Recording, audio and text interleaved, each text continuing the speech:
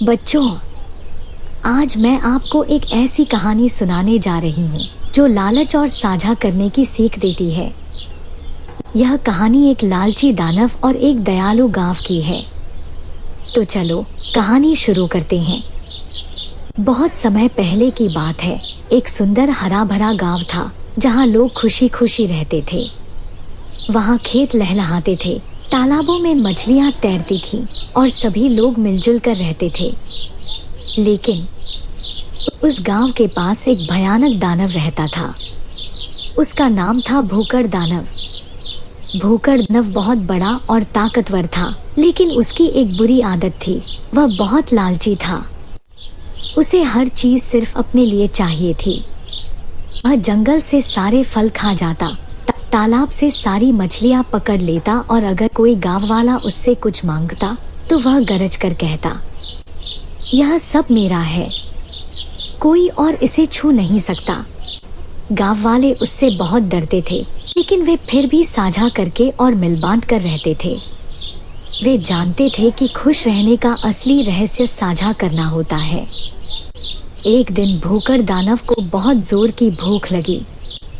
उसने सोचा, अब जंगल का खाना खत्म हो गया तो क्यों न गांव के खेतों पर कब्जा कर लूं। वह गरजता हुआ गांव की तरफ बढ़ा। सुनो गांव वालों, अब से ये सारे खेत, तालाब और घर मेरे हैं। तुम सबको मुझे खाना देना होगा, वरना मैं तुम्हारा गांव नष्ट कर दूंगा। गांव वाले डर गए। उन्होंने सोचा, अगर हमने इस दानव को सब कुछ दे दिया तो हमारे पास कुछ भी नहीं बचेगा। लेकिन गांव के सबसे बुजुर्ग आदमी बाबा हरिराम ने कहा, हम डरेंगे नहीं, हमें अपनी अच्छाई से इसे बदलना होगा। गांव वालों ने एक चालाक योजना बनाई।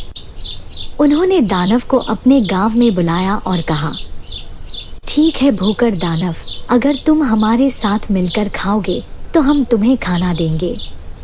भूकड़ दानव पहले तो बहुत खुश हुआ, लेकिन फिर उसने देखा कि गांव वाले एक बड़े गोल घेरे में बैठकर खाना खा रहे थे और हर किसी के पास एक लंबा सा चम्मच था। पर समस्या ये थी कि चम्मच इतने लंबे थे कि कोई भी अपने मुंह तक खाना नहीं ले जा सकता था। दानव ने बहुत कोशिश की, लेकिन वह अपने मुंह तक खाना नहीं पहुंचा सका।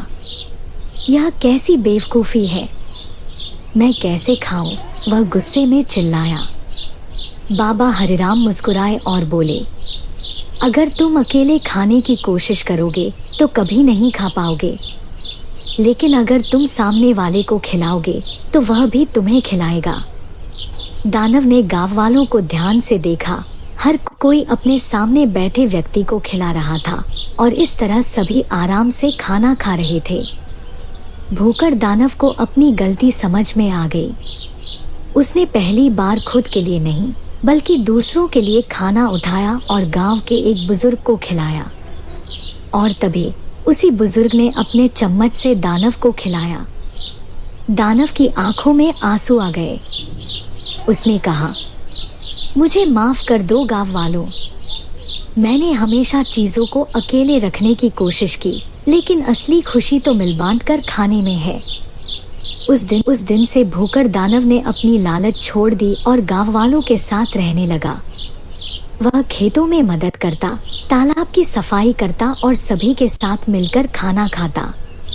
बच्चों, इस कहानी से हमें यह सीख मिलती है कि साझा करने से खुशी बढ़ती है और लालच से कुछ भी नहीं मिलता।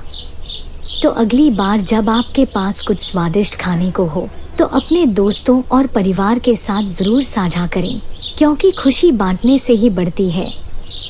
कैसी लगी बच्चों ये मज़ेदार और सीख भरी कहानी? अगर आपको पसंद आई तो इसे अपने दोस्तों को भी सुनाओ और अगली बार मैं और भी मज़ेदार कहानी लेकर आऊंगी।